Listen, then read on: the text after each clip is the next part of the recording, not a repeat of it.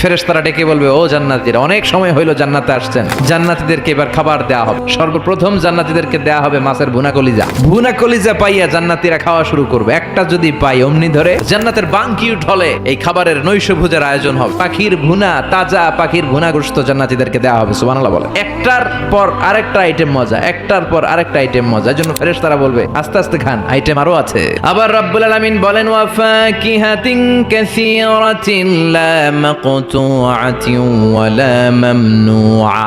অঢেল ফল থাকবে, ফলমূল। লা মাকতুআতিন ওয়া লা মামনুআ, শেষ হবে না। জান্নাতের আপেল গাছ থেকে টেনে একটা আপেল আপনি ছিঁড়েছেন, যে ডাল থেকে ছিঁড়েছেন মুহূর্তেই সেখানে আরেকটা নতুন আপেল গজিয়ে যাবে। ওয়া লা মামনুআ, কোনো নিষেধাজ্ঞা নাই, যতটা মনে চায়। আমাদের দেশে মসজিদে দেখবেন দোয়া অনুষ্ঠানের পরে জিলাপি দেয় না, বা মিষ্টি দেয়, বা বিরিয়ানি দেয়, বলে দেয় যে সবাই 2 প্যাকেট কইরা। তো আপনি যে যদি বলেন আমরা 3 প্যাকেট দেন, কেউ যদি বলে আমাকে 4 প্যাকেট দেন, দিবে না, নিষেধ করবে। কিন্তু জান্নাতে নিষেধ নাই, লিমিটেড কোনো খাবার নাই, আনলিমিটেড, ইচ্ছে মতো খাবেন। চিল্লায় পড়েন আল্লাহু আকবার। এক একটা খাবার যখন জান্নাতীদের দেয়া হবে, জান্নাতীরা বলবে, এই খাবার দিছো কেন, এটা তো দুনিয়ায় খাইছি। জান্নাতীদেরকে যখন কলা দেয়া হবে, জান্নাতের কলা, জান্নাতীরা বলবে, কলা তো কিশোরগঞ্জে পাওয়া যায়, জান্নাতে কেন? ফেরেশতারা বলবে, এই কলা ওই কলা না, দুনিয়ার কলা ছিলে ছিলে খাইতে হয়, জান্নাতের কলা ছোলাও লাগবে না, ছোলাতে কামড় দিয়ে দেখো, এটা কলার চেয়েও মজা। ইচ্ছে মতো খাবার দাবারের ব্যবস্থা।